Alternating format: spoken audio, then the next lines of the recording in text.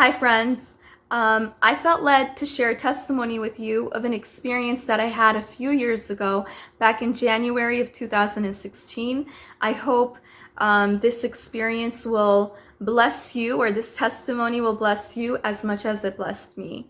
So, back in January of 2016, I was working in the office and I was all by myself, and I began experiencing physical pain in my body. And in that moment where I was feeling the pain, I began saying to myself, in heaven, there is no more pain. There's no more pain in heaven. And I just began meditating and focusing on that truth. And while I was meditating and focusing on that truth and on those words, I immediately found myself instantly standing in heaven. So I believe and I know that I had an out-of-body experience in that moment.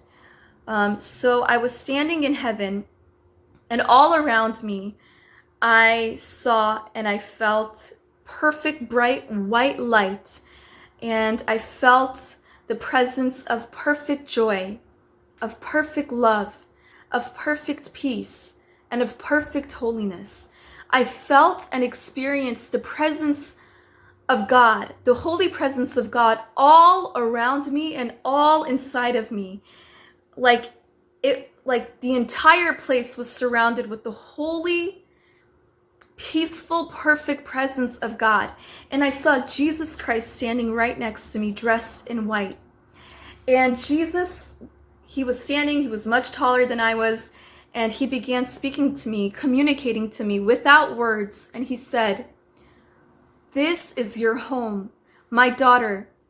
You are a citizen of heaven. Heaven is your home." He said, "You are on the right path. You are a citizen of heaven, my daughter." And then he began to say, have joy in the midst of your suffering. And I was like, first of all, I was filled with joy that Jesus affirmed me, and he affirmed to me that I was a citizen of heaven and that I was on the right path. And I was like, wow, like, this is incredible. And then I asked him, "What do you mean, have joy in the midst of my suffering?" And I just felt Jesus smiling and just filled with joy. He said, "Have joy in the midst of your suffering. You are a citizen of heaven, my daughter." And he gave me the option at that moment of staying or of coming back.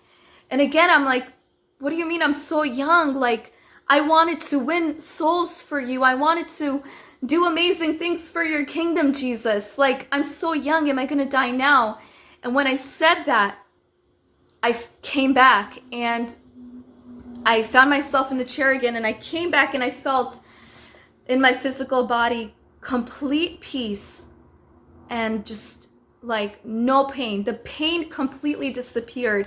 The pain that I was experiencing before this event just completely disappeared, and I was filled with and surrounded by the love and the presence of Jesus Christ. And throughout these last 5 years, I have experienced a lot of, I've experienced a lot of pain. I've experienced a lot of disappointment and heartache, betrayal, and all of that. And in the midst of the suffering that I've experienced, the Lord has been faithful to me, and he's walked faithfully with me, and he's shown himself faithful to me and reminded me constantly, continually of this experience that I had. So I've learned a lot. The Lord has been teaching me a lot through suffering, through trials, through tribulations, and it is necessary because, ultimately, the goal is to become more like Christ. We're not perfect, but the amazing thing is, our God is faithful.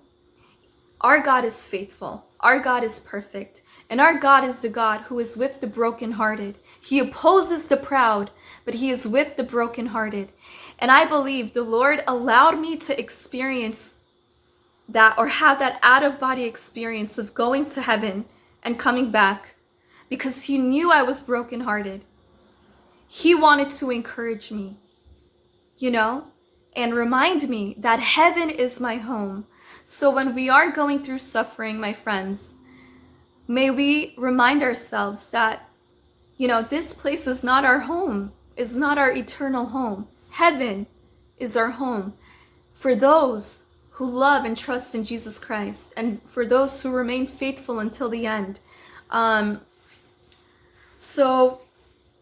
prayer is that through the disappointments and through the trials that I face in life, that I would remain faithful to him, because I know that my God always remains faithful to me. Our God is the same yesterday, today, and tomorrow. And his name in the book of Revelation is called Faithful and True. Our God is faithful and true. That's who he is. He is faithful and true. And he says to us, have joy in the midst of your suffering. And for those who love him and those who have placed their